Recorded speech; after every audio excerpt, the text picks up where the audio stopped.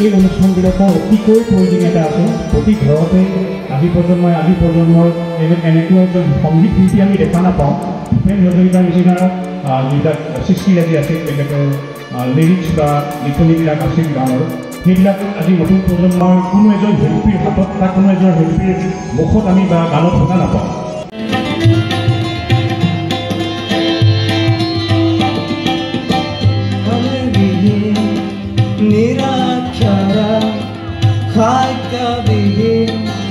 নাগৰিক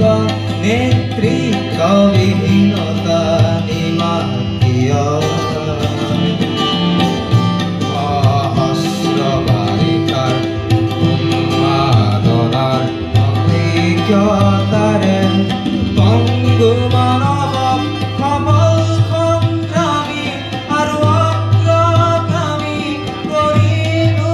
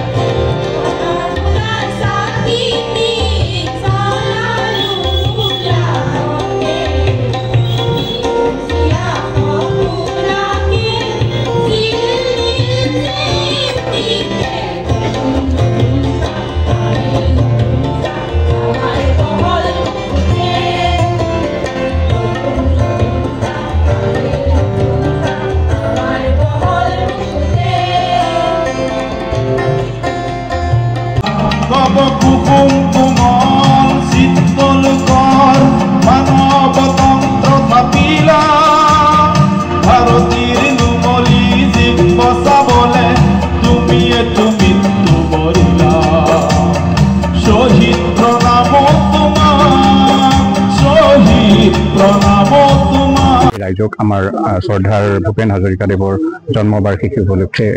শুভেচ্ছা জনালোঁ লগতে আজি যি আমাৰ অনুষ্ঠান চলি আছে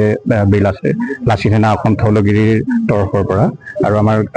জিলা সমিতি কামৰূপ জিলা সমিতিৰ বিষয়ববীয়াসকলে যিটো প্ৰচেষ্টা হাতত লৈছে এই প্ৰচেষ্টাক আমি অতিশয় আনন্দিত আৰু শলাগ লৈছোঁ কাৰণ এই প্ৰচেষ্টাৰ যোগেদিহে আমি ভূপেন হাজৰিকাৰ সৃষ্টিৰাজিক জীয়াই ৰাখিব পাৰিম আমি সকলোৱে এইটো কথা জানো আৰু উত্তৰ প্ৰজন্মই এই ক্ষেত্ৰত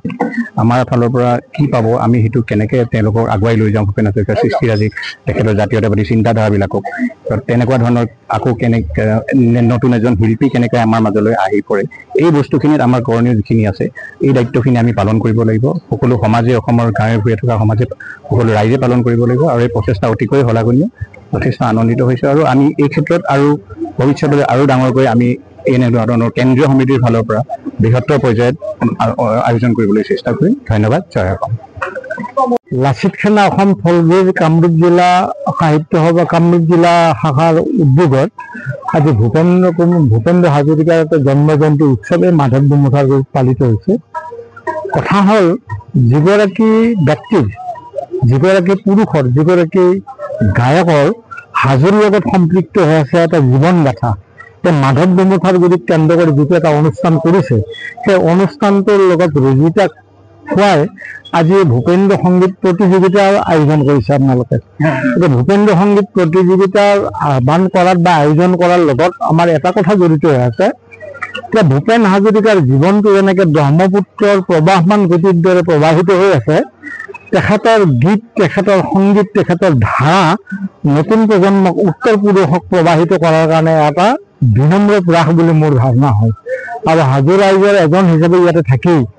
এটা যিটো অনুভৱ সেই অনুভৱটোত মই উদ্যোক্তাসকলক ধন্যবাদ জনাইছোঁ আৰু এটা প্ৰশংসনীয় পদক্ষেপ হোৱা বুলি মই হাজো ৰাইজৰ এজন হিচাপে এটা অনুভৱ কৰিছোঁ ধন্যবাদ হাজোৰ পৰা অনামিকা কলিতাৰ ৰিপৰ্ট জেপিপি ভাৰত।